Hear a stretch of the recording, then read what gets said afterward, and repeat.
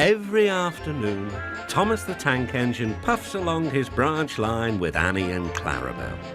First, they pass the watermill. Next, they come to a big farm. Then, they can see a bridge with a village nestled either side of it. This is a special place. Whenever children hear Thomas coming along, they stand on the bridge waving until he is out of sight. One day, Thomas was running late.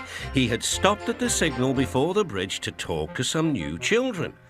Percy was waiting too. "Hurry up, Thomas," called Percy when the signal dropped.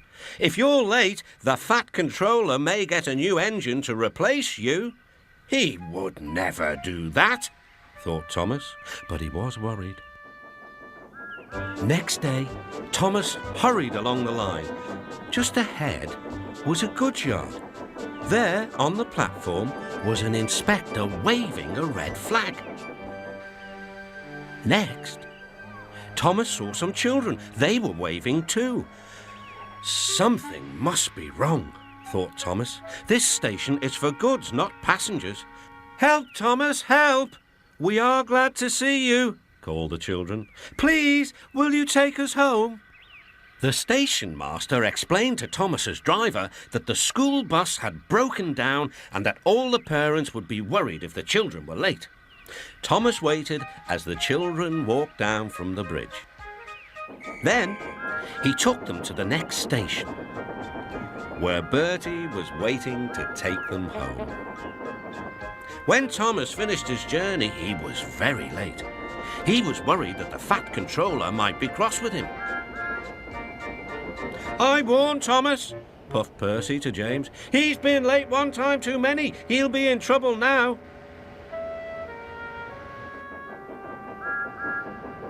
But next morning, the fat controller was nowhere to be seen.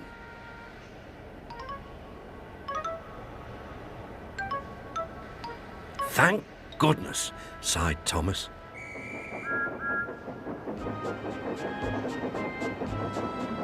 Thomas knows every part of his branch line, but just ahead was a stretch where the hot sun had bent the rails on the track. "Careful, Thomas," called his driver, but it was too late. "That's done it," said his driver. "We shan't get any further today." "But what about my passengers?" "Don't worry. They'll be looked after," replied his driver. While workmen repaired the line, Thomas had to shunt trucks in the yard.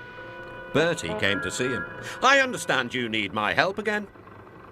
"Yes, Bertie," replied Thomas sadly. "I can't run without my rails." Bertie set off to collect Thomas's passengers. "Hello, Bertie," they said. "We are glad you are here." Bertie drove along the road by the railway. He stopped at each station along the line. Sometimes he stopped between stations to let people off closer to their homes. Thomas felt miserable. "I've lost my passengers. They like Bertie better than me." The fat controller arrived. "Your branch line is repaired. I'm going to change your timetable so that you and Bertie can work together more." When Thomas reached the station, there were all his passengers. "Bertie is a very good bus, but we missed our train rides with you," they said. Later, Thomas spoke to Bertie. "Thank you for looking after my passengers." "Oh, that's all right, Thomas. I like to make new friends, but I'm glad to share them with you." "Bertie," said Thomas, "you're a very good friend indeed."